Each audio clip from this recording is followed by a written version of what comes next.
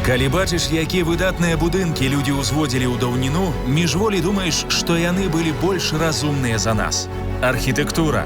Цэлыя краіны гавораць з намі менавіта на гэтай мове, і мы можам яе разумець. Азбука гігантаў на тэлеканале «Беларусь-3».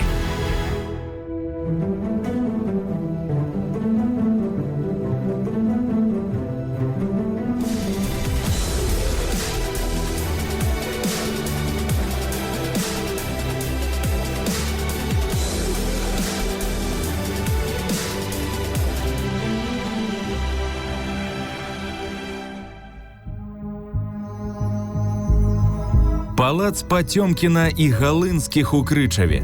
Аазіс арыстакратыі ў самой спёцы пустэльні сельскай аднастайнасці. Великасветскія сцены, што прымалі ў сваіх пакоях найзнакаміцейшых асоб расійскай імперыі. Палац адным фактам свайго існавання абвешчаны акном у Еўропу на нечаканым шляху кацярынінскага пражэкта.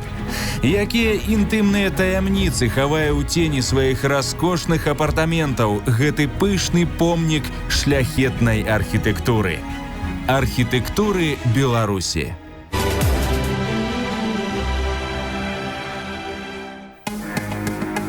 Пасля першага падзелу Рэчы Паспалітай царскі ўрад для ўмацавання свайго ўплыву і пазіцый на нядаўна далучаных землях раздаваў іх направа і налева дзяржаўным саноўнікам і вайсковым чынам. Найбуйнейшыя з іх адзін за адным атрымлівалі прынадныя кавалкі геапалітычнага пірага, а самыя лепшыя тэрыторыі даставаліся фаварытам. Вось і князь Патёмкін стаў уладальнікам вялікага крычаўскага староства з 14 тысячамі прыгонных. Паколькі Крычаў стаіць на рацэ Сош, Патёмкін адразу зразумеў, што гэтыя патэнцыйна замежныя тэрыторыі можна скарыстаць дзеля ўласнай выгады. У выніку Крычаў, дзякуючы кацярынінскаму фаварыту, ператварыўся з маленькага беларускага мястэчка ў развіты горад. Не толькі палац застаўся ў памяць пра Патёмкіна ў Крычаве, таксама змянілася крыху і інфраструктура. Рэч у тым, што з'явілася судаверфь, арыентаваная на патрэбы чарнаморскага флоту расійскай імперіі. Адпаведна, не толькі палац для забавы, але яшчэ і змены ў сацыяльна-эканамічным жыцці Крычава адбываліся ў сувязі са з'яўленнем тут новага гаспадара. Праўда, палацаў у Патёмкіна было вельмі шмат і ў сталіцы, і на ўкраіне, і ў Расіі. То бок наш крычаўскі палац – гэта адна з частак якраз той спадчыны Патёмкіна. Адно падкрэслім, што для Беларусі гэта сапраўды рэч вартая і унікальная. На сённяшні момант сапраўды такая адзіная для 18 стагоддзя. Палац узводзіўся па праекце легендарнага рускага архітэктара Івана Старова, аўтара таўрычнага палаца ў Пецярбургу, у найкарацейшыя тэрміны. Чакалі візіта Кацярыны II, якая скіроўвалася ў свае паўднёвыя ўладанні ў часы крымскага праекта. Будаўнічыя распачынанні азначаліся вялікім размахам. Хоць сам архітэктар на пляцоўцы за ўвесь перыяд будавання і не з'явіўся, мясцовыя дойліды добра разумелі, як правяраць якасць матэрыялу. Калі закуплялі цэглу, выбаркова кідалі некалькі аб зямлю. Калі адна з іх расколвалася, бракавалі ўсю партыю.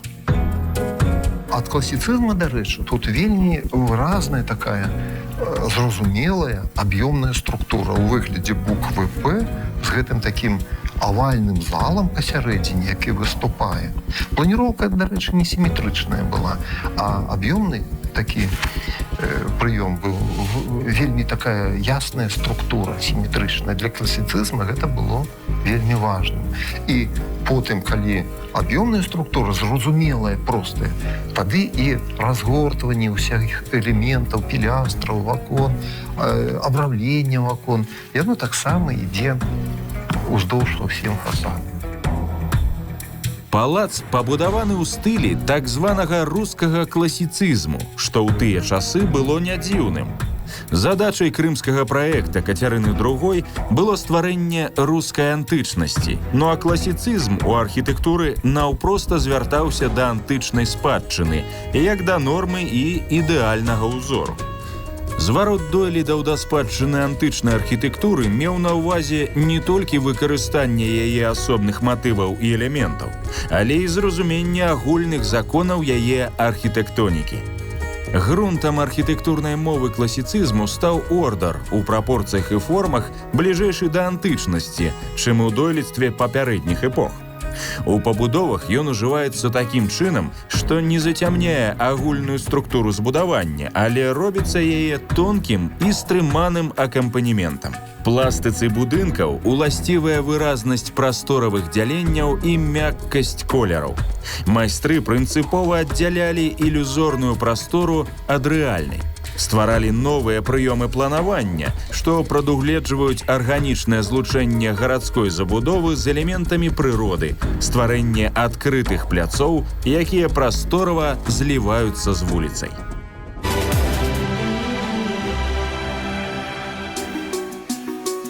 Спачатку архітэктурны выгляд палаца меў рысы класіцызму. Гэта выявілася ў агульнай сіметрычнай пабудове плана, элементах дэкарацыі галоўнага і бакавых фасадаў, у наяўнасці на галоўнай восі пабудовы авальнай залы, што выступае ва ўнутраны двор паўкружжам. Дарэчы, разглядаючы будынак з вышыні птушынага лёту, адгадваюцца ініцыялы самой імператрыцы. Палац выбудаваны ў форме літары «Е» – Екатерина у рускім вымаўленні. А гэта паўкруглая зала, дарэчы, была фішкай архітэктара. Аднак ужыванне гарызантальнай падвойнай цягі, што падзяляе першы і другі паверхі, трактоўка паўкружжа залы, што выступае на дваровым фасадзе, носяць рысы правінцыялізму, што найхутчэй з'явілася вынікам невысокай якасці будаўнічых работ і адсутнасці на будоўлі аўтара праекта. Груба кажучы, з прычыны рэкордных тэрмінаў здачы аб'екта крычаўскі палац проста дрэнна пабудавалі. Рыгор Пацёмкін застаўся ў гісторыі як чалавек, які вельмі любіў знешнія досыць танныя эфекты. Так званыя пацёмкінскія вёскі і ў цэлым разлічаныя якраз на ўражанне квітнення расійскай імперыі. І вось на шляхах, якія праязджала свой час Кацярына, сапраўды з'яўляліся разлічаныя якраз на яе вельмі прыгожыя краявіды і палацы. І вось Крычаўскі палац, магчыма, таксама будаваўся ў такім разліку, бо у свой час, 19 снежня 1787 года, Кацярына сапраўды тут правяла адну ноч, і кажуць, што ў той перыяд увесь Крычаў быў прыгожа, урачыста асветлены, всю ноч гарэлі феерверкі, і яна засталася задаволеным прыёмам. Далей паехала ўжо ў бок Чэрікава. Планаванне памяшканняў, як і абавязваў класіцызм, было анфіладным. То бок, з адной залы можна было прайсці ў наступную. І далей, і далей. У цэнтры і першага, і другога паверхаў былі прадугледжаны круглыя бальныя залы, якія выдаваліся з агульнага строгага прастакутнага аб'ёму ў бок унутранага двара. У палацы было 72 пакоі. 3 пакоі справа ад вестыбюля былі жылымі. У апісанні палаца ў Крычаве 1914 года вестыбюль быў падзелены на 2 часткі каланадай. У глыбі вестыбюля былі 2 дубовыя ўсходы, што вялі на другі паверх. Яго сцены ўпрыгожвала зброя, даспехі і шчыты. У інтэр'ерах класіцызму папярэднія стылі барока і ракако набылі велічную прыгажосць і манументальнасць. Калі да гэтага каралеўскі стыль адрозніваўся легкадумнасцю і ў нейкай ступені рамантычнасцю, то са з'яўленнем класіцызму ён набыў урачыстасць, якая была запазычана ў помнікаў Эллады. Класіцызму уласцівыя выразныя геаметрычныя формы, строгія дэкарацыі, але пры гэтым у інтэр'еры павінны выкарыстоўвацца дарагія і якасныя матэрыялы. Усе памяшканні маюць слушную форму, напоўненую атмасферай цяпла, утульнасці і шляхетнай раскошы, не перагружанай дэталямі і напоўненай стрыманай вартасцю, не перасягненай густам і рэспектабельнасцю. Сцены апартаментаў палаца былі пакрыты шпалерамі, што па тых часах ужо недазволеная раскоша. Вышыня столяў – асобнае пытанне. Класіка мае патрэбу ў прасторы, пераважней, калі вышыня перакрыццяў будзе перавышаць 3 метры. Вось мне здаецца, што атрымалася тут, пры будаўніцтве бывае такое. Пачалі будаваць і падумалі, што круглая зала будзе мець не надта вялікую плошчу. І калі гасцей шмат, толкатня. І проста павялічылі яе памер за коль таго, што по асі асунулі крышачку яе. І атрымалася такая рэдкасная форма. Калоны, паўкалоны, фрызы і франтоны вельмі характэрныя для класічнага стылю. Іх выкарыстоўваюць у афармленні перагародак, у мэблевых канструкцыях, усюды, дзе гэта можна падкрэсліць класіцызм стылю. Калоны ў інтэр'еры вырабляюць з лёгкіх матэрыялаў, бо яны не з'яўляюцца апорнымі. На другім паверсе палаца месціліся 3 вялікія залы. Авальная бальная зала знаходзілася над партрэтнай. Галоўным упрыгожаннем залы быў выдатна дэкараваны збор, з якога звешвалася пышная жырандоля велізарных памераў. Сцены бальнай залы былі дэкараваны не менш раскошна.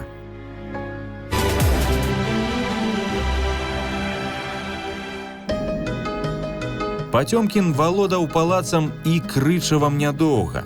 Практычна адразу ён прадаў маёмасць Яну Галынскаму. Хутчэй за ўсё, недакладнасць пры будаванні, бо авальная зала па задумцы павінна была быць круглай, абавязала напышлівага арыстакрата неадкладна пазбыцца недасканалага маёнтка. А ў 1849 годзе унук Яна Галынскага Стэфан перабудаваў палац у неагатычным стылі. Неаготыка. Яна вельмі выразна зроблена у рызаліце, у уваходнай зоне, яна уражвае, а ўсё астатняе, што там неяк так імітавалася, паглядаючы на гэтую готыку, гэта дэкарацыя, якая павінна была быць на фасадах і была зроблена. Ён вырашыў перарабіць палац пад архітэктурную моду тых гадоў. Над вокнамі другога паверха былі вылеплены спічастыя сандрыкі. Цэнтральны ўваход, які раней упрыгожваў 4-калонны порцік з балконам, стаў упрыгожаны псеўдагатычным рызалітам з кантаванымі пілонамі, а таксама кутнімі пілонамі, якія завяршаліся зубцамі і нагадвалі вежы. Класіцызм панаваў, і раптам з'яўляецца готыка. Прычым яна тут спачатку была сціпла выкарыстана. Часта узгадваюць рызаліт. А мне здаецца, гэта быў ўсё ж такі не рызаліт. Рызаліт – гэта невялічкае такое высоўванне адной часткі сцяны адносна суседніх. А тут гэта частка сцян была высунута будынка, частка значна. Нават вокны бакавыя ёсць. І каб яшчэ больш звярнуць увагу на гэты будынак, на першым паверсе былі зроблены стрэльчатыя вокны. У 1898 годзе ў палацы быў моцны пажар. Стэфан Галынскі, апошні ўладальнік Крычава, спрабаваў прывесці яго да ладу, але яму перашкодзіла Першая сусветная вайна і рэвалюцыя. У 1918 годзе будынак быў закінуты. Тады нараджэнка горада Чэрыкава Еўдакія Гардзеева правяла тут рамонт і адкрыла прыватную гімназію. У 1919 годзе гімназія была перароблена ў працоўную школу. У гады Вялікай айчыннай вайны школа была зачынена, а ў 1959 годзе яна пераехала ў новы будынак, а палац застаўся стаяць нікому не патрэбны. Але па меншай меры яму пашанцавала перажыць усе ўзрушэнні гісторыі. Зараз палац адрэстаўраваны і працягвае ззяць, упрыгожваючы Крычаўшчыну.